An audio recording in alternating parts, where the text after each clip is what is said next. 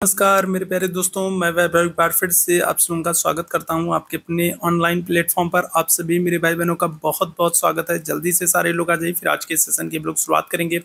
और जितने मेरे भाई बहन जुड़ते चल रहे हैं, आप सभी लोगों से निवेदन कर दूंगा कि सेशन को एक बार आप सभी लोग अपने अपने स्तर पर लाइक कर दीजिएगा, शेयर कर दीजिएगा, ताकि बाकी साथी जो नहीं जुड़ पाए तो वो सारे लोग जुड़ जाएं। और चैनल पर अगर आप लोग पहली बार हैं तो आप लोगों से निवेदन करूंगा कि चैनल को सब्सक्राइब जरूर कर लें, ताकि जब भी हम लोग लाइव आते हैं तो उसकी नोटिफिकेशन आपको मिलती रहे। साथ ही साथ चैट बॉक्स में आपको टेलीग्राम का लिंक दिख रहा है, तो टेलीग्राम चैनल से नहीं जुड़े हैं तो जरूर जुड़ जाइएगा। वहां पर आपको पीडीएफ, बहुत इंपॉर्टेंट अपडेट्स और नोटिफिकेशन, सारी चीजें आपको वहां पर टेलीग्राम पर मिलती रहेंगी। साथ ही साथ अगर आप हमारे साथ व्हाट्सएप पर जुड़ना चाहते हैं तो ये व्हाट्सएप नंबर है, तो यहाँ पर आप मैसेज कर देंगे तो आपको पर्सनली नोटिफिकेशन और बहुत सारी इंपॉर्टेंट अपडेट्स मिलती रहेंगी। तो उम्मीद है आप लोगों ने सेशन को लाइक कर दिया होगा, शेयर कर दिया होगा। चैनल पर पहली बार होंगे तो सब्सक्राइब कर लेंगे, टेलीग्राम से जुड़ जाइए। साथ ही साथ आप इस व्हाट्सएप नंबर पर मैसेज करके व्हाट्सएप पर जुड़ जाइए। आपको कोई दिक्कत होती है, कोई डाउट रहता है तो भी आप यहाँ पर इस व्हाट्सएप नंबर पर मैसेज करके आप अपने डाउट को दूर कर सकते हैं। कोई डाउट रहता है तो आप यहाँ पर पूछ सकते हैं। साथ ही साथ पर्सनल नोटिफिकेशन और बहुत सारी इंपॉर्टेंट अपडेट्स आपको मिलती रहेंगी। तो चलिए शुरू करेंगे आज की क्लास को। साइंस के बहुत ही महत्वपूर्ण वाले प्रश्नों को हम लोग करने वाले हैं। जहां तक कल हम लोगों ने किया था उसी के आगे की चीज़ों को कंटिन्यू करने वाले हैं। और अगर आप लोगों ने पिछला सेशन नहीं देखा है तो उसको भी देख लीजिएगा, आपके एग्जाम के लिए बहुत ही महत्वपूर्ण है। वहां से आपके एग्जाम में प्रश्न बनने वाले हैं, ठीक है। तो चलिए शुरू करेंगे आज की क्लास को। पहला प्रश्न आपके सामने है, आपसे कह रहा है निम्नलिखित में से कौन सा मानव में एक बॉल तथा सॉकेट ज्वाइंट का एक उदाहरण है? कलाई का जोड़, कमर का जोड़, अंगुली का जोड़ या फिर गर्दन का जोड़? तो बताइएगा इनमें से अगर हम लोग बात करेंगे तो मानव में एक बॉल तथा सॉकेट जॉइंट का एक उदाहरण कौन सा हो जाएगा? क्या आंसर करिएगा? कलाई का जोड़ होगा, कमर का जोड़ होगा, अंगुली का जोड़ होगा या फिर गर्दन का जोड़ होगा? आप लोग थोड़ा सा क्वालिटी बढ़ा लोगे ना तो चीजें आप लोगों को क्लियर दिखाई पड़ेंगी। बताइएगा क्या हो जाएगा। इस प्रश्न की बात करेंगे तो इस प्रश्न का जो करेक्ट आंसर हो जाएगा वो हो जाएगा आपका ऑप्शन संख्या बी हो जाएगा, कमर का जोड़, ठीक है। क्या हो जाएगा? तो ऑप्शन संख्या बी हो जाएगा, कमर का जोड़, ठीक है। आगे बढ़ेंगे। स्कैपुला, स्कैपुला अस्थि पाई जाती है, कहाँ पर पाई जाती है? बताइएगा, महत्वपूर्ण सा प्रश्न है। स्कैपुला अगर हम लोग अस्थि की बात करेंगे तो ये कहाँ पर पाई जाती है? कंधे में, कलाई में, हथेली में या फिर अंगुली में? बताइएगा। स्कैपुला अगर हम लोग बात करेंगे तो स्कैपुला क्लेविकल अस्थि कहाँ पर पाई जाती है? कंधे में, कलाई में, हथेली में या फिर अंगुली में? चलिए जल्दी से सारे मेरे भाई आंसर करेंगे। जितने मेरे भाई बहन व्हाट्सएप पर मेरे साथ जुड़ेंगे उनको पता है कि उनको पर्सनली नोटिफिकेशन भी मिलती है और उनको पीडीएफ भी मिलती है, ठीक है। और जितने मेरे भाई बहन व्हाट्सएप पे जुड़े हैं, अगर बाई चांस मान लीजिए किसी भाई बहन को व्हाट्सएप से मेरे साथ जुड़ा है और उसको पीडीएफ नहीं मिली है तो वो एक बार मुझे मैसेज कर देगा, तो मैं उसको पीडीएफ अवेलेबल करा दूंगा, ठीक है। तो अगर पीडीएफ नहीं मिली है किसी मेरे भाई बहन को जो मेरे साथ व्हाट्सएप पर जुड़ा है, जिसके पास मेरा व्हाट्सएप नंबर है, तो आप मैसेज कर देना तो मैं आपको पीडीएफ अवेलेबल करा दूंगा, ठीक है। चलिए इस प्रश्न का आंसर कर देंगे, क्या हो जाएगा? तो ऑप्शन संख्या ए आंसर कर दोगे, कंधे में। स्कैपुला कहाँ पर? अस्थि जो है वो कंधे में होती है, ठीक है। मनुष्य के शरीर में पसलियों के कितने जोड़े होते हैं? ये प्रश्न आपके एग्जाम में पूछा गया है, ये इंपॉर्टेंट है। बताइएगा, ये प्रश्न आपके एग्जाम में प्रीवियस ईयर में पूछा जा चुका है कि मानव के शरीर में पसलियों के कितने जोड़े होते हैं? 12 है, 10 है, 14 है या फिर 11 है? चलिए जल्दी से सारे मेरे भाई आंसर कर देंगे, क्या आ जाएगा? इस प्रश्न का आंसर कर देंगे, क्या आ जाएगा? करेक्ट आंसर कर दोगे 12 है, ठीक है। मानव के शरीर में पसलियां कितनी जोड़ी? तो आप आंसर कर दोगे 12, ठीक है। वहीं अगर आपसे गुणसूत्र पूछ ले तब आंसर क्या करोगे? तो आप कहोगे 23 जोड़ी, ठीक है। अगर आपसे क्या कर ले, अगर आपसे गुणसूत्र पूछ ले तो क्या करोगे? तो आप कहोगे 23 जोड़ी। और पसलियों की अगर हम लोग बात करेंगे कितना, तो कहोगे 12 जोड़ी, ठीक है। अंडाशय से उत्पन्न अंडाणु को कौन एकत्रित करती है? तो बताइएगा, फेलोपियन ट्यूब करती है, गर्भाशय, योनि या फिर गर्भाशय? तो बताइएगा क्या हो जाएगा। तो अगर हम लोग बात करेंगे अंडाशय से उत्पन्न अंडाणु को कौन एकत्रित करने का काम करती है? फेलोपियन ट्यूब, गर्भाशय, योनि या फिर गर्भाशय? तो बताइएगा, इस प्रश्न का आंसर कर देंगे, क्या हो जाएगा? अंडाशय से उत्पन्न अंडाणु को एकत्रित करने का काम कौन करती है? तो क्या हो जाएगा? तो फेलोपियन ट्यूब हो जाएगा, गर्भाशय, यूट्रस हो जाएगा, वेजाइना हो जाएगा या फिर कैर्वेक्स हो जाएगा? तो क्या हो जाएगा? इस प्रश्न का आंसर करेंगे तो आंसर कर दोगे ऑप्शन संख्या ए हो जाएगा, फेलोपियन ट्यूब हो जाएगा, ठीक है। ऑप्शन संख्या क्या करिएगा? तो ए आंसर कर देंगे, ठीक है। क्या हो जाएगा? ऑप्शन संख्या ए आंसर कर देंगे, ठीक। आगे बढ़ेंगे अगले प्रश्न की तरफ। स्तनधारियों में मादा के द्वितीयक सहायक लैंगिक लक्षण किस हार्मोन के द्वारा विकसित होते हैं? रिलैक्सिन के द्वारा, एस्ट्रोजन के द्वारा, प्रोजेस्टेरॉन के द्वारा या फिर गोनेडोट्रोपिन के द्वारा। तो बताइएगा क्या हो जाएगा। तो ये प्रश्न भी आपके एग्जाम में पूछा जा चुका है, प्रीवियस ईयर में आपसे पूछा जा चुका है। फीमेल हार्मोन को लेकर के ये प्रश्न पूछा जा चुका है। बताएंगे इस प्रश्न का क्या हो जाएगा, करेक्ट आंसर क्या हो जाएगा। आपसे ये प्रश्न पूछा जा चुका है कि कौन सा फीमेल हार्मोन होता है। तो इस तरीके से करके ये प्रश्न पूछा गया है। स्तनधारियों में मादा के द्वितीयक सहायक लैंगिक लक्षण किस हार्मोन के द्वारा विकसित होते हैं। तो रिलैक्सिन होगा, प्रोजेस्टेरॉन होगा, एस्ट्रोजन हो जाएगा, क्या हो जाएगा। चलिए जल्दी से बताएंगे करेक्ट आंसर क्या हो जाएगा। तो ऑप्शन संख्या बी आंसर कर दोगे, एस्ट्रोजन हो जाएगा। ठीक है, क्या हो जाएगा। तो एस्ट्रोजन हो जाएगा। बहुत ही महत्वपूर्ण है, यहाँ से आपके एग्जाम में प्रश्न बने हैं।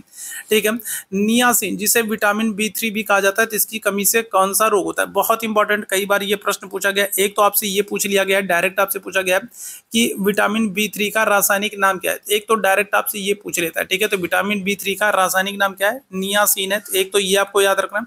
दूसरा आपसे ये पूछा जाता है कि इसकी कमी से कौन सा रोग होता है। स्कर्वी होता है, पेलाग्रा होता है, वेरी वेरी होता है, या फिर किलोसिस हो जाता है। चलिए जल्दी से सारे लोग आंसर कर देंगे, क्या हो जाएगा। तो ये प्रश्न आपके एग्जाम में पूछा गया है।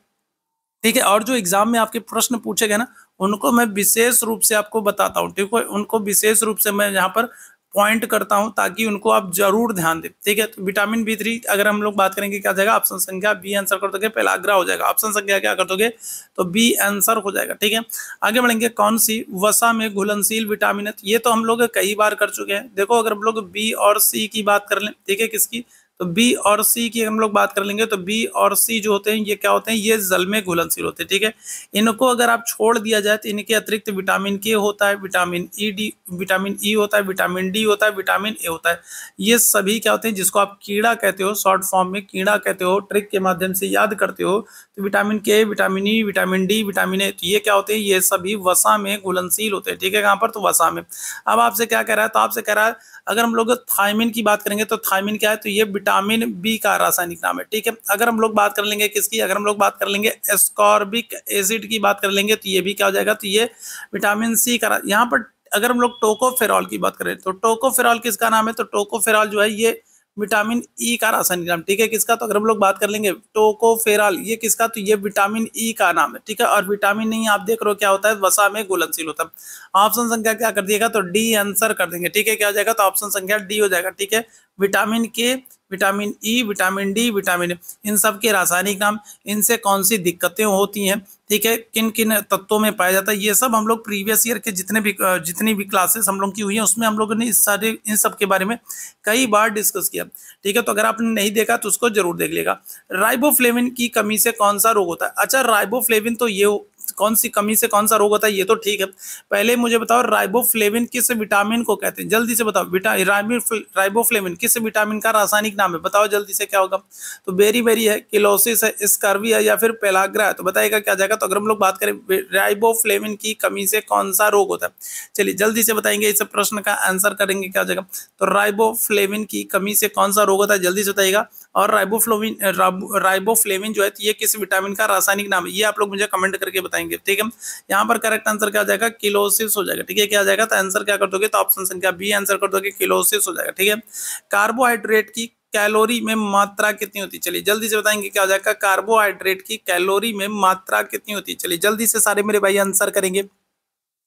कार्बोहाइड्रेट की अगर हम लोग बात करें, राइबोफ्लेविन, देखो ये भी प्रश्न आपके एग्जाम में पूछा गया, जिन पर टिक कर रहा हूं ना वो उनको विशेष रूप से ध्यान रखिएगा, जो आपके एग्जाम में पूछा गया। ठीक है, तो एक तो आपसे डायरेक्ट ऐसे प्रश्न बन जाता है कि इस वाले विटामिन का रासायनिक नाम बताइए। दूसरा आपसे ये बन जाता है कि इस विटामिन की कमी से कौन सा रोग होता है।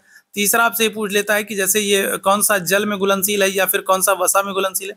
और चौथा आपसे ये पूछ लेता है कि इस ये जो पदार्थ है तो इसमें कौन से विटामिन पाए जाते हैं। तो इस तरीके के विटामिन वाले चैप्टर से क्वेश्चंस बनते हैं, तो उनको आपको एक बार जरूर देखना।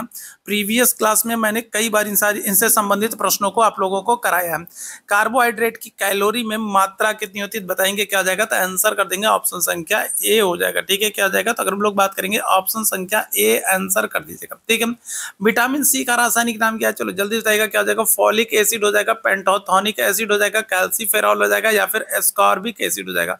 क्या हो जाएगा, विटामिन सी की बात करेंगे, क्या हो जाएगा बताइएगा। कई बार ये सब प्रश्न हम लोग कर चुके हैं, आंसर कर दोगे। विटामिन सी का रासायनिक नाम क्या हो जाएगा, एस्कॉर्बिक एसिड हो जाएगा। ऑप्शन संख्या क्या करिएगा, ऑप्शन संख्या डी आंसर करेंगे, ठीक है। रक्त का थक्का बनने में बताइएगा, तो रक्त का थक्का बनने में कौन सा विटामिन महत्वपूर्ण होता है, ये प्रश्न भी कई बार आपके एग्जाम में पूछा गया, मोस्ट इंपॉर्टेंट बताएंगे। रक्त का थक्का बनाने में कौन सा विटामिन महत्वपूर्ण होता है, vitamin A, vitamin K, vitamin C या फिर विटामिन ई। तो क्या हो जाएगा, तो रक्त का थक्का बनाने में कौन सा विटामिन सहायक होता है। चलिए जल्दी जल्दी आंसर करेंगे सभी मेरे भाई बहन, जल्दी जल्दी आंसर करेंगे, क्या हो जाएगा, तो आंसर कर दोगे ऑप्शन संख्या सी हो जाएगा, विटामिन के रक्त का थक्का बनाने में महत्वपूर्ण होता है। ऑप्शन संख्या सी बिल्कुल करेक्ट हो जाएगा, ठीक है। 1 ग्राम वसा के ऑक्सीकरण से कितनी ऊर्जा प्राप्त होती है, चलिए जल्दी से बताएंगे क्या हो जाएगा। तो अगर हम लोग बात करें 1 ग्राम वसा के ऑक्सीकरण से कितनी ऊर्जा प्राप्त होती है, क्या आंसर करिएगा। चलिए जल्दी से सारे मेरे भाई आंसर करेंगे, क्या हो जाएगा, आंसर कर दोगे 9.1 कैलोरी, ठीक है। क्या हो जाएगा, ऑप्शन संख्या क्या कर दोगे, ए आंसर कर दोगे, ठीक है। क्या हो जाएगा, तो अगर हम लोग बात करेंगे 9.1 किलो कैलोरी, ठीक है। ऑप्शन संख्या क्या हो जाएगा, तो बी आंसर कर देंगे, ठीक है। रतौंधी एवं जीरोफिथेल्मिया रोग किस विटामिन की कमी से होता है। तो रतौंधी आपको पता है, रतौंधी आपसे पूछा गया, रतौंधी जिसको हम लोग क्या कहते हैं, जिसको हम लोग नाइट ब्लाइंडनेस भी कहते हैं, ठीक है। रतौंधी जिसको हम लोग नाइट ब्लाइंडनेस भी कहते हैं, रात में देखने में समस्या होती है, कौन से विटामिन की कमी से होता है, क्या हो जाएगा, vitamin A, vitamin D, vitamin E या विटामिन के। क्या हो जाएगा, तो विटामिन ए की कमी से, ठीक है। क्या हो जाएगा, तो अगर हम लोग बात करेंगे किसकी, तो विटामिन ए की कमी से रतौंधी होता है, ठीक है। नाइट ब्लाइंडनेस होता है, रात में देखने में समस्या होती है, नेत्र से संबंधित समस्याएं होती है, ठीक है, याद रखिएगा। घुमा फिरा के प्रश्न इस तरीके से यहाँ से बनता है, ठीक है। और विटामिन ए का रासायनिक नाम पूछ लेगा तो क्या हो जाएगा, तो आप कहोगे क्या, रेटिनॉल कहोगे, ठीक है। क्या हो जाएगा, तो विटामिन ए का रासायनिक नाम क्या हो जाएगा, रेटिनॉल हो जाएगा, ठीक है। विटामिन के का रासायनिक नाम पूछ ले तो क्या करोगे, तो विटामिन के का रासायनिक नाम क्या हो जाएगा, तो आप कहोगे फिलोक्विनान, ठीक है। क्या है, तो विटामिन के का, ठीक है, रासायनिक नाम क्या हो जाएगा, तो फिलोक्विनान हो जाएगा, ठीक है। अगर आपसे डी का रासायनिक नाम पूछा जाए तो क्या करोगे, तो आप कहोगे कैल्सीफेरॉल, ठीक है। क्या हो जाएगा, तो डी का रासायनिक नाम क्या हो जाएगा, तो आप आंसर करोगे किसको, कैल्सीफेरॉल, ठीक है। विटामिन ई का रासायनिक नाम आपसे पूछ लेगा तो विटामिन ई का रासायनिक नाम क्या हो जाएगा, टोकोफेरॉल, ठीक है। क्या हो जाएगा, टोकोफेरॉल। तो आपको रासायनिक नाम याद होनी चाहिए, मैं पहले भी कई बार इन सारी चीजों को आप लोगों को बता चुका हूँ, ठीक है। घातक एनीमिया रोग होता है बताइएगा, तो अगर हम लोग बात करेंगे घातक एनीमिया जो है, तो वो होता है विटामिन B12 की कमी से, विटामिन B6 की कमी से, विटामिन B9 की कमी से या फिर विटामिन 3 की कमी से, ठीक है। तो एनीमिया या फिर इसी को हम लोग और क्या कहेंगे, इसी को हम लोग रक्ताल्पता भी कहते हैं, ठीक है। क्या करते हैं, रक्ताल्पता भी कहते हैं, मतलब रक्त की कमी हो जाना, एनीमिया, रक्ताल्पता। तो ये क्या हो जाएगा, तो किस विटामिन के आंसर कर देंगे, तो आंसर कर दोगे ऑप्शन संख्या ए हो जाएगा, विटामिन B12 की कमी से, ठीक है। क्या हो जाएगा, तो आंसर क्या कर देंगे, तो ऑप्शन संख्या ए आंसर कर देंगे, विटामिन B12 की कमी से रक्ताल्पता, एनीमिया हो जाता है, ठीक है, खून की कमी हो जाती है शरीर में। ऑप्शन संख्या ए यहाँ पर बिल्कुल करेक्ट हो जाएगा, ठीक है। अच्छा, B12 का अगर आपसे रासायनिक नाम पूछ ले तो क्या कहोगे, तो विटामिन B12 का रासायनिक नाम क्या है, तो आप आंसर करोगे साइनोकोबाल्मिन है, ठीक है। विटामिन B12 का रासायनिक नाम क्या है, तो आप आंसर क्या करोगे, तो आप आंसर करोगे साइनोकोबाल्मिन, ठीक है, याद रखेंगे, ठीक। पारिस्थितिक शब्द दिया गया है किसके द्वारा, ओपी ओडम के द्वारा, रिटर के द्वारा, प्रोफेसर रामदेव मिश्रा के द्वारा या फिर इनमें से कोई, बताएंगे। पारिस्थितिकी शब्द किसके द्वारा दिया गया, चलिए जल्दी से सारे लोग आंसर करेंगे, पारिस्थितिकी शब्द किसके द्वारा दिया गया, क्या आंसर हो जाएगा, क्या आंसर करिएगा, तो आंसर हो जाएंगे आपके ऑप्शन संख्या बी हो जाएंगे, रिटर हो जाएंगे, ठीक है। कौन हो जाएंगे, तो आंसर क्या कर दोगे, तो रिटर के द्वारा, ठीक है। एक खाद्य श्रृंखला में सर्वाधिक किसकी होती है, अगर हम लोग बात करेंगे एक खाद्य श्रृंखला में सर्वाधिक संख्या किसकी होती है, एक खाद्य श्रृंखला में सर्वाधिक संख्या किसकी होती है, उत्पादक की होती है, प्राथमिक उपभोक्ता की होती है, द्वितीयक उपभोक्ता की होती है या फिर अपघातक की होती है। चलिए जल्दी से बताएंगे क्या हो जाएगा, इस प्रश्न का आंसर करेंगे। तो एक खाद्य श्रृंखला में निम्नलिखित में से सर्वाधिक संख्या किसकी होगी, चलिए जल्दी से बताइएगा क्या हो जाएगा। एक खाद्य श्रृंखला में सबसे अधिक संख्या किसकी होगी, उत्पादक की, प्राथमिक उपभोक्ता की, द्वितीयक उपभोक्ता की या फिर अपघातक की। तो क्या आंसर कर देंगे, तो आंसर हो जाएगा आपका ऑप्शन संख्या डी, अपघातक की। सबसे अधिक संख्या किसकी होगी, तो संख्या आपसे पूछ रहा है, सबसे अधिक संख्या होगी अपघातक की। ऑप्शन संख्या डी आंसर करिएगा। आगे बढ़ेंगे, पारिस्थितिकी तंत्र को शब्द को सर्वप्रथम किसने दिया? बताएगा पारिस्थितिकी तंत्र शब्द को सर्वप्रथम किसने दिया? ओडम ने, आर मिश्रा ने, क्लेमेंट ने या फिर ए जी टेंसले ने? तो बताएंगे क्या आ जाएगा। तो पारिस्थितिकी तंत्र का शब्द को सबसे पहले किसने दिया है? क्या बजाएगा? बताएगा इकोसिस्टम की अगर हम लोग बात करेंगे, पारिस्थितिकी तंत्र की अगर हम लोग बात करेंगे तो ये शब्द सबसे पहले किसने दिया? तो आंसर करेंगे ए जी टेंसले। ऑप्शन संख्या क्या आ जाएगा? डी आंसर हो जाएगा। ठीक है, निम्न में से कौन सा एक जैविक घटक नहीं है? तो बताइएगा क्या हो जाएगा, कौन सा एक जैविक घटक नहीं है? तो राइजोबियम है, चींटी है, दीमक है या फिर नमी है? तो देखो जैविक घटक का मतलब क्या होगा? जैविक घटक का मतलब है जिसमें जीवन हो। ठीक है, क्या हो? जिसमें जीवन हो, जो जीवित हो। ठीक है, तो राइबोजियम अगर हम लोग बात कर लें तो ये भी जीवित है, जीवित की श्रेणी में आता है। दीमक की अगर हम लोग बात कर लें, चींटी की बात कर लें, ये सब जो है आपके जीवित की श्रेणी में आएगा। ऑप्शन संख्या क्या आ जाएगा? डी हो जाएगा। नमी, नमी जो है ये आपका जैविक घटक नहीं है। ऑप्शन संख्या क्या करोगे? तो डी आंसर कर देंगे। ठीक है, क्या आ जाएगा? तो ऑप्शन संख्या क्या कर दोगे? तो ऑप्शन संख्या डी आंसर कर देंगे। ठीक है, याद रखिएगा। क्लियर है? चलिए आगे बढ़ेंगे अगले प्रश्न की तरफ। निम्न में से कौन सा खाद्य श्रृंखला का एक सही क्रम है? तो बताइएगा क्या हो जाएगा। तो खाद्य श्रृंखला का एक सही क्रम क्या हो जाएगा? चलिए जल्दी से बताएंगे, इस प्रश्न का आंसर करेंगे। खाद्य श्रृंखला का एक सही क्रम क्या होगा? चलिए जल्दी से सारे मेरे भाई आंसर करेंगे। देखो खाद्य श्रृंखला में अगर हम लोग बात करें तो सबसे पहले उत्पादक आता है। ठीक है, क्या हो जाएगा? सबसे पहले अगर हम लोग बात करेंगे उत्पादक होएगा। और उत्पादक में क्या होगा? तो उत्पादक में पेड़ पौधे वनस्पतियां होता है। तो पेड़ पौधे वनस्पतियां आपको सबसे पहले कहां पर? तो एक ही ऑप्शन में दिख रहा है, घास में दिख रहा है। तो क्या हो जाएगा? ऑप्शन संख्या डी हो जाएगा। बाकी आपको देखने की जरूरत ही नहीं है। ठीक है, क्या हो जाएगा? सबसे पहले अगर हम लोग बात करेंगे उत्पादक होगा, और उत्पादक में क्या होता है? पेड़ पौधे वनस्पतियां होता है। तो उत्पादक आपको घास जो है, पेड़ पौधे वनस्पति आपको एक ही में दिख रहा है। देखो घास को क्या करता है? घास को टिड्डा खाता है। फिर टिड्डे को क्या होता है? मेढक खाता है। मेढक को क्या होता है? सर्प खाता है। और सर्प को अगर हम लोग बात करेंगे तो क्या हो जाएगा? तो सर्प को बाज या फिर मोर जो भी पक्षी जो है वो खाता है। तो ये सही क्रम है। ऑप्शन संख्या डी बिल्कुल करेक्ट हो जाएगा। आगे बढ़ेंगे अगले प्रश्न की तरफ। एक पोषी स्तर को अपने पूर्ववर्ती स्तर से लगभग कितनी मात्रा प्राप्त होती है? बताइएगा क्या हो जाएगा।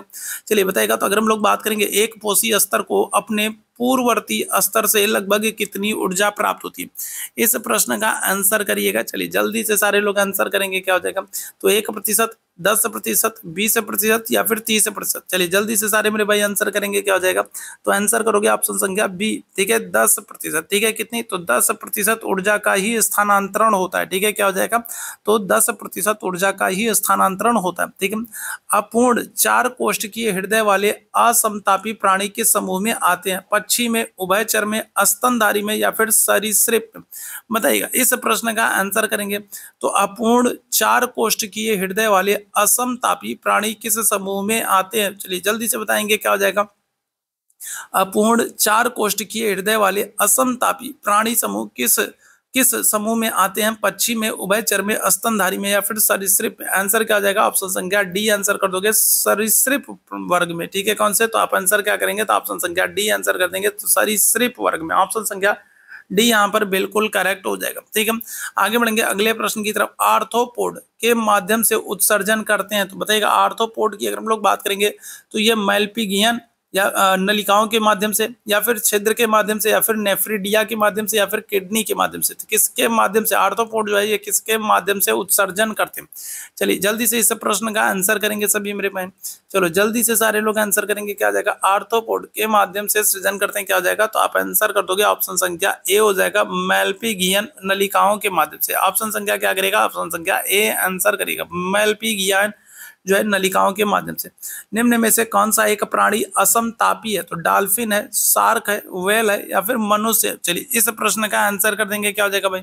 इस प्रश्न का आंसर करेंगे निम्न में से कौन सा एक प्राणी असमतापी है? तो डॉल्फिन है, शार्क है, व्हेल है या फिर मनुष्य? चलो जल्दी से सारे मेरे भाई आंसर करना। क्या हो जाएगा? क्या आंसर कर दोगे? तो ऑप्शन संख्या आपका हो जाएगा बी। ठीक है, शार्क है। ठीक है, क्या आ जाएगा? तो आप आंसर कर दोगे किसको? ऑप्शन संख्या बी, शार्क को। केचुआ निम्न में से कौन से प्राणी संघ से संबंधित? आर्थ्रोपोडा है, मोलस्का है, एनालिडा है या फिर प्रोटोजोआ? केचुए की अगर हम लोग बात करेंगे, अच्छा देखो केचुआ पालन जो है वो क्या होता है, तो केचुआ पालन की हम लोग बात करेंगे तो वो आपका वार्मी कल्चर कहलाता है। ठीक है, याद रखिएगा, अगर हम लोग केचुआ पालन की बात करेंगे तो केचुआ पालन क्या होता है, तो आपका वार्मी कल्चर कहलाता है। ठीक है, तो ये ध्यान रखिएगा। ठीक, अच्छा, और दूसरी चीज आपको केचुए के संदर्भ में याद रखना है कि जो केचुआ होता है वो क्या करता है, वो त्वचा से शोषण करता है। ठीक है, दो चीजें आपको याद रखना है केचुए के संदर्भ में।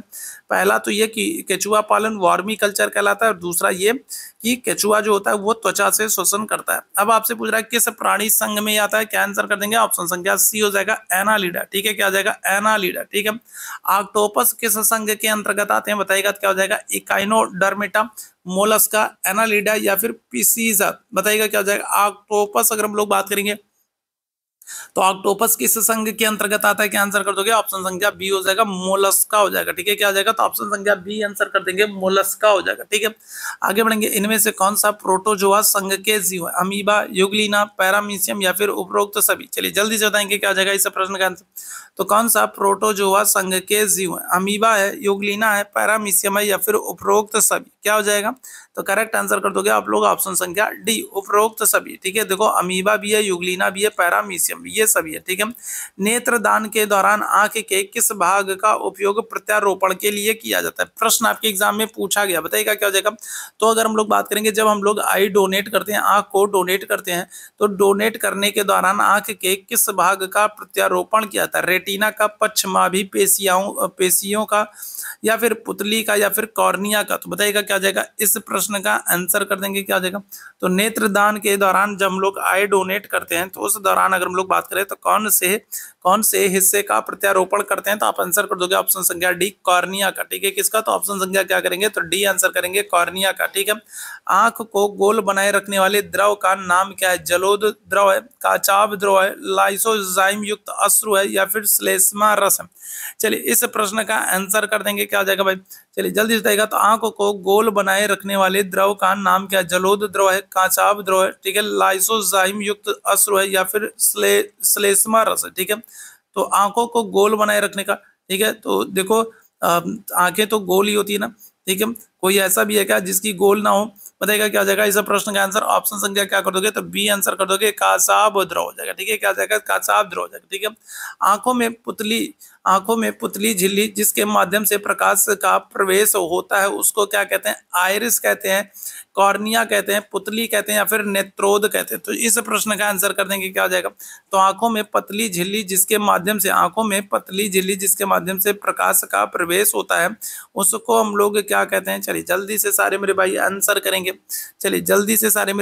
करेंगे, क्या आ जाएगा, करेक्ट आंसर कर दोगे ऑप्शन संख्या सी, कॉर्निया, नेत्र पटल या फिर कॉर्निया कहेंगे। ठीक है, क्या आ जाएगा, तो नेत्र पटल या कॉर्निया कहेंगे। ठीक है, ध्वनि तरंगों को इकट्ठा करने का कार्य स्तनधारियों में कौन करता है, तो कर्ण पल्लव करते हैं, यूस्टेकिया नलिका करते हैं, काकलिया करते हैं या फिर वेस्टिब्यूल करते हैं। तो बताइएगा इस प्रश्न का आंसर करेंगे भाई, क्या हो जाएगा। तो अगर हम लोग बात करें ध्वनि तरंगों को इकट्ठा करने का कार्य स्तनधारियों में कौन करता है, क्या हो जाएगा इस प्रश्न का आंसर करेंगे, तो कर्ण पल्लव कर दोगे भाई, क्या हो जाएगा, कर्ण पल्लव कर दोगे, जो आपके कान है वो करते हैं। ठीक है, ध्यान रखिएगा। ठीक है, आप देखोगे जो कान होते हैं, जिनके बड़े बड़े कान होते हैं ना उनको ज्यादा सुनाई पड़ता है, जिनके छोटे छोटे कान होते हैं ना तो ध्वनि तरंगे क्या होती है, बगल से निकल जाती है, उनको सुनाई ही नहीं पड़ता। ठीक है, मानव आंख का कौन सा भाग नेत्र लेंस की फोकस लंबाई को समायोजित करने के लिए जिम्मेदार होता है, आइरिस होता है, कॉर्निया होता है, सिलियरी में मांसपेशियां होता है या फिर छात्र होता है, क्या हो गया। ठीक है, तो बताओ क्या हो जाएगा इस प्रश्न का आंसर कर देंगे भाई, चलो जल्दी से बताओ इस प्रश्न का आंसर कर देंगे भाई, क्या हो जाएगा इस प्रश्न का आंसर करेंगे। ठीक है, तो यहाँ पर आपको तीन ही विकल्प मिल रहे हैं। ठीक है, यहाँ पर क्या हो जाएगा, तो यहाँ पर आपको तीन ही विकल्प मिल रहे हैं। ठीक है, बताएंगे क्या हो जाएगा। तो एक आपको दे रहा है आइरिस दे रहा है, दूसरा आपको कॉर्निया दे रहा है, तीसरा आपका अगर हम लोग बात करेंगे तो सिलियरी मांसपेशियां दे रहा है। मानव आंख का कौन सा भाग नेत्र लेंस की फोकस लंबाई को समायोजित करने का काम करता है, आंसर क्या आ जाएगा, ऑप्शन संख्या डी आंसर कर दोगे, सिलियरी मांसपेशियां कर दोगे। ठीक है, आगे बढ़ेंगे, ट्यूबरकुलोसिस के विरुद्ध मुख्यतः किस वैक्सीन का प्रयोग किया जाता है। ठीक है, ट्यूबरकुलोसिस के विरुद्ध मुख्यतः किस वैक्सीन का प्रयोग किया जाता है, बीसीजी का, डीपीटी का, एचआईवी का या फिर टीएबी का। चलो जल्दी से सारे लोग आंसर कर देंगे, क्या हो जाएगा।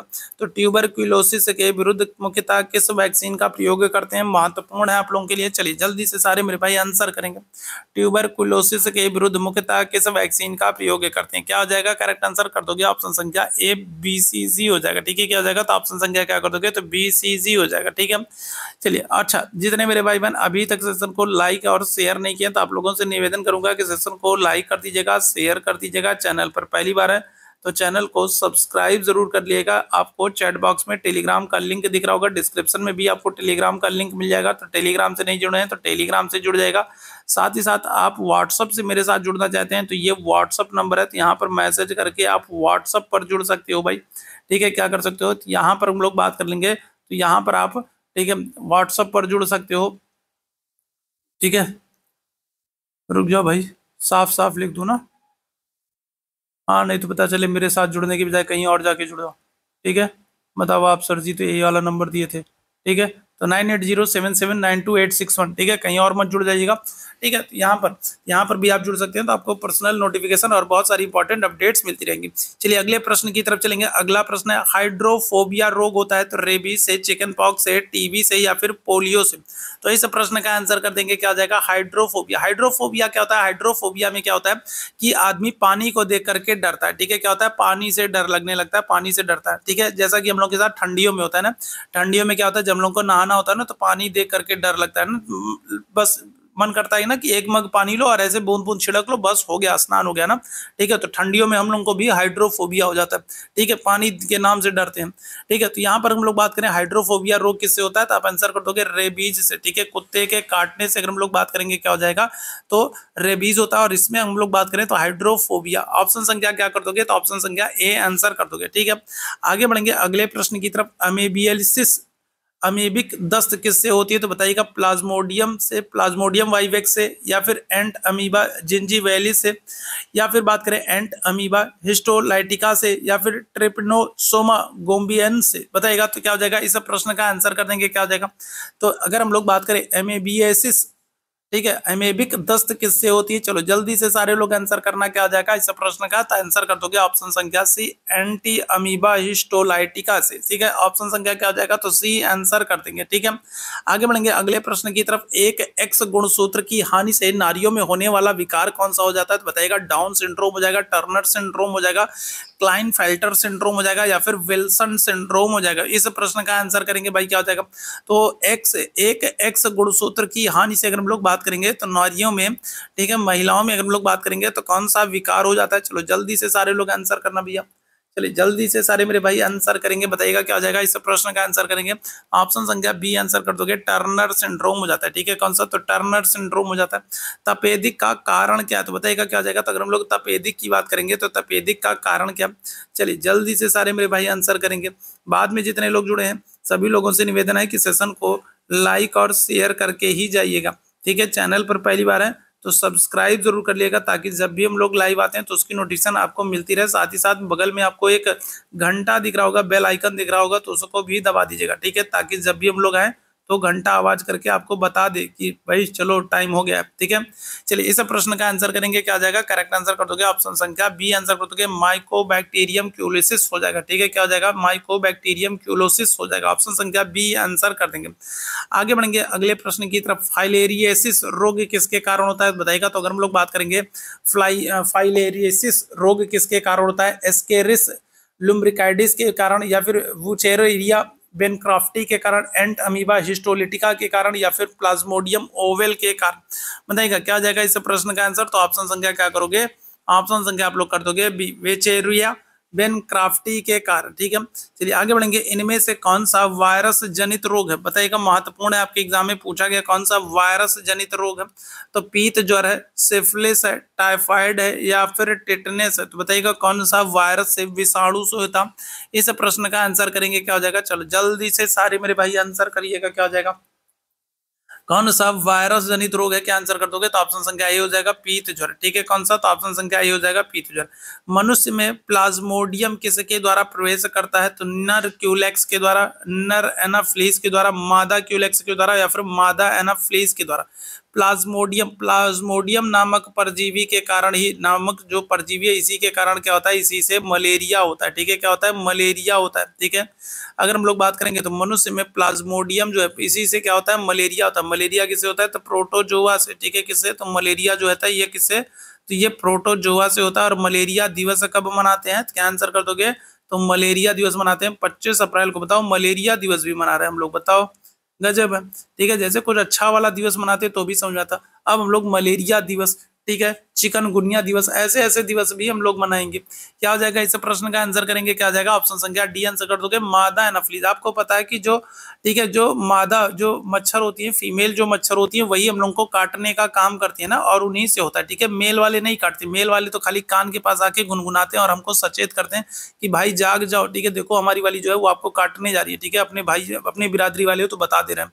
ठीक है, तो जो मेल वाले होते हैं वो क्या करते हैं, वो सिर्फ कान में आकर के गुनगुनाते हैं, काटने का काम तो मादा एनाफिलीज करती है। ठीक है, चलिए, विडाल परीक्षण द्वारा निम्नलिखित में से कौन से रोग का परीक्षण होता है, ट्यूबरकुलोसिस का, टाइफाइड का, हैजा का, या फिर गलघोंटू का। चलिए, इस प्रश्न का आंसर करेंगे तो विडाल टेस्ट बताइएगा, बहुत ही महत्वपूर्ण है। चलिए जल्दी से सारे लोग आंसर करेंगे, क्या हो जाएगा, तो विडाल टेस्ट अगर हम लोग बात करें, बताइएगा क्या हो जाएगा, विडाल टेस्ट की अगर हम लोग बात करेंगे क्या हो जाएगा, तो आप आंसर कर दोगे ऑप्शन संख्या बी, टाइफाइड। आप लोग को भी टाइफाइड हुआ होगा तो आप जांच कराने जाते हो ना, तो आपका कौन सा, तो यही विडाल टेस्ट होता है, और जिसमें पता चलता है करे बच्ची को तो टाइफाइड हो गया है। ठीक है, फिर डॉक्टर दुनिया भर की नीली पीली लाल गुलाबी दवाएं लिखते हैं।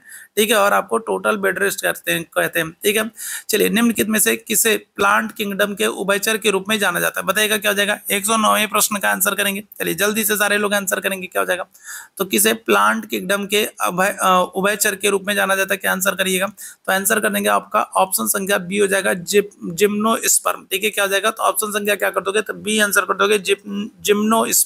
ठीक है, नागफनी की पत्तियां रूपांतरित होती है, तो नागफनी अगर आपने देखा होगा तो आपको पता होगा कि नागफनी में जो पत्तियां होती हैं वो क्या होती है, नागफनी जो है ये कहाँ का, तो नागफनी जो है ये मरुस्थलीय क्षेत्र का वृक्ष होता है। ठीक है, कहाँ का, तो नागफनी अगर हम लोग बात करेंगे तो ये मरुस्थलीय क्षेत्र का वृक्ष होता है, और मरुस्थलीय क्षेत्र में आपको पता है पानी बहुत कम बरसता है। ठीक है, तो ऐसे में जो ये नागफनी है तो ये क्या करता है, तो अगर इसको पता है कि भाई अगर हमारे पास पत्तियां होंगी तो सूर्य भगवान क्या करेंगे, सूर्य भगवान हमको छोड़ेंगे नहीं, हमारा पूरा वाष्पोत्सर्जन कर लेंगे। ठीक है, तो और मरुस्थलीय क्षेत्र में पानी बरसने वाला नहीं है, तो नागफनी क्या करता है, वाष्पोत्सर्जन से जितने भी कटीले पेड़ पौधे होते हैं वो सब क्या करते हैं, वाष्पोत्सर्जन से बचने के लिए अपनी पत्तियों को कांटों के रूप में बदल लेते हैं। ठीक है, क्या होगा, कांटों के रूप में बदल लेते हैं, न पत्तियां रहेंगी न वाष्पोत्सर्जन होगा। तो ऑप्शन संख्या क्या हो जाएगा, ए आंसर कर देंगे। ठीक है, ठीक है, क्या कर देंगे, तो ऑप्शन संख्या ए आंसर हो जाएगा। अदरक माना जाता है, बताइए अदरक के बारे में अगर हम लोग बात करें तो ये अदरक क्या है, तो सलकंद है, कंद है, प्रकंद है, या फिर घन कंद है, तो बताइएगा क्या आ जाएगा। अदरक के संदर्भ में अगर हम लोग बात करें, मैं रोज चाय पीता हूँ, ठीक है, अदरक जरूर डालता हूँ, लेकिन कभी नहीं सोचा था कि अब ये भी पढ़ना पड़ेगा। ठीक है, कि अदरक भाई तुम क्या हो, सलकंद हो, कंद हो, प्रकंद हो, या फिर घन कंद हो। ठीक है, तो अब ऐसे ऐसे क्वेश्चंस भी आएंगे, पता चला अगर आपको किचन में ड्यूटी लग गई, ठीक है, तो पता चला आप टमाटर क्या है, ठीक है, टमाटर क्या है, अदरक क्या है, मिर्चा क्या है, हल्दी क्या है, धनिया क्या है, काली मिर्च क्या है, मतलब सब कुछ पढ़ना पड़ेगा। बताइएगा क्या जाएगा, इस प्रश्न का आंसर करेंगे, क्या जाएगा, ऑप्शन संख्या सी आंसर कर दोगे, प्रकंद है। ठीक है, क्या आंसर कर दोगे, तो ऑप्शन संख्या क्या जाएगा, तो सी आंसर कर दोगे, प्रकंद। ठीक है, आगे बढ़ेंगे अगले प्रश्न की तरफ। बरगद के पेड़ से विकसित होने वाली जड़ें कहलाती हैं श्वसन जड़ें, आरोही जड़ें, लटकने वाली जड़ें, या फिर अवस्तंभ जड़ें। चलो जल्दी से बताएंगे क्या जाएगा। तो अगर हम लोग बात करें तो देखो आपने बरगद का पेड़ देखा होगा, ठीक है, तो बरगद का क्या होता है, तो बरगद का इस तरीके से पेड़ होता है। ठीक है, बरगद का इस तरीके से पेड़ होता है, और बरगद के पेड़ से देखोगे आप क्या होती है, शाखाएं जो है लटकती हुई इस तरीके से नीचे लटकती हुई चली आती है, नीचे लटकती हुई आकर के जमीन में सट जाती है। ठीक है, और यहाँ से एकदम खूब मोटी मोटी हो जाती है। ठीक है, तो ये क्या हो जाती है, तो ये आप आंसर कर दोगे, ऑप्शन संख्या डी हो जाएगा, अवस्तंभ जड़ हो जाती है। ठीक है, क्या हो जाएगा, तो ऑप्शन संख्या क्या कर दोगे, तो डी आंसर कर दोगे, अवस्तंभ जड़ हो जाएगी। ऑप्शन संख्या क्या हो जाएगा, तो डी आंसर कर देंगे। ठीक है, आगे बढ़ेंगे अगले प्रश्न की तरफ। किस पादप ऊतक में चालनी किस पादप ऊतक में चालनी नलिकाएं एवं सह कोशिकाएं पाई जाती हैं, जाइलम में, फ्लोएम में, विभाज्य ऊतक में, या फिर मृदु ऊतक में। देखो जाइलम और फ्लोएम से तो पहले भी आपके एग्जाम में प्रश्न पूछा जा चुका है। जाइलम जो है तो ये पौधों में क्या करते हैं, तो जाइलम जो है ये पौधों में जल पहुंचाने का काम करते हैं, और जो फ्लोएम है तो ये क्या करते हैं, तो ये पौधों में पोषक तत्व पहुंचाने का काम करते हैं। और यहाँ से प्रश्न बन चुका है। ठीक है, यहाँ से क्या होगा, तो यहाँ से आपके एग्जाम में प्रश्न बन चुका है, जाइलम और फ्लोएम दोनों से आपके एग्जाम में प्रश्न बन चुका है। ठीक है, जाइलम जो है तो वो क्या करता है, वो जल पहुंचाने का काम करता है, और जो फ्लोएम होता है वो क्या करता है, वो पोषक तत्वों को पहुंचाने का काम करता है। इस प्रश्न का आंसर करेंगे, क्या जाएगा, तो यहाँ पर आंसर हो जाएगा आपका ऑप्शन संख्या बी हो जाएगा। ठीक है, पादप ऊतक में चालनी नलिकाएं एवं सह कोशिकाएं पाई जाती है कहां पर, तो फ्लोएम आंसर कर दोगे। ठीक है, निम्न में से कौन सा पादप हार्मोन है, आपके एग्जाम में पूछा गया प्रश्न बताएगा, इंसुलिन होगा, थायरॉक्सिन होगा, एस्ट्रोजन हो जाएगा या फिर साइटोकाइनिन हो जाएगा। कौन सा पादप हार्मोन है, चलिए जल्दी से सारे मेरे भाई आंसर करेंगे, क्या हो जाएगा, चलो जल्दी से सारे लोग आंसर करेंगे, क्या हो जाएगा, तो कौन सा पादप हार्मोन है, तो आंसर कर दोगे ऑप्शन संख्या डी साइटोकाइनिन। ठीक है, कौन सा, तो साइटोकाइनिन। ठीक है, आगे बढ़ेंगे और आज के सेशन का आखिरी प्रश्न बताएगा, निम्न में से कौन सी कोशिका फ्लोएम का निर्माण नहीं करती, तो बताइएगा क्या हो जाएगा, इस प्रश्न का आंसर करेंगे, क्या हो जाएगा, तो कौन सा फ्लोएम का निर्माण नहीं करती, चालनी नलिकाएं, सह कोशिकाएं, फ्लोएम तंतु या फिर फ्लोएम वाहिका, तो क्या हो जाएगा इस प्रश्न का आंसर, निम्नलिखित में से कौन सी कोशिकाएं फ्लोएम का निर्माण नहीं करती हैं, आंसर कर दोगे ऑप्शन संख्या बी हो जाएगा, फ्लोएम वाहिकाएं। ठीक है, कौन सी, तो फ्लोएम वाहिका। क्लियर है, ऑप्शन संख्या क्या हो जाएगा, तो बी आंसर कर देंगे। ठीक है, तो ये आज का महत्वपूर्ण सेशन था, साइंस के हम लोगों ने महत्वपूर्ण प्रश्नों को डिस्कस किया। उम्मीद है सेशन आप लोगों को पसंद आया होगा। सेशन पसंद आया हो तो सेशन को लाइक करेंगे, सेशन को शेयर करेंगे, चैनल पर पहली बार है तो चैनल को सब्सक्राइब जरूर कर लेंगे, और टेलीग्राम से नहीं जुड़े हैं तो टेलीग्राम चैनल से जरूर जुड़ जाइएगा। आपको वहां पर PDF, important updates, notice, notification सारी चीजें आपको मिलती रहती हैं। साथ ही साथ व्हाट्सएप से जुड़ना है तो ये व्हाट्सएप नंबर है, तो यहाँ पर आप मैसेज करके व्हाट्सएप पर जुड़ जाइए। आपको बहुत सारी इंपॉर्टेंट अपडेट्स, पीडीएफ और नोटिफिकेशन पर्सनल रूप से आपको पर्सनली आपको मिलती रहेंगी। ठीक है, चलो तो अभी के लिए हम लोग बस इतना ही करेंगे। सेशन पसंद आया हो तो शेयर जरूर कीजिएगा। अभी के लिए बस इतना ही। थैंक यू सो मच आप सभी मेरे अच्छे भाई बहनों को मेरे साथ जुड़ने के लिए। Thank you so much.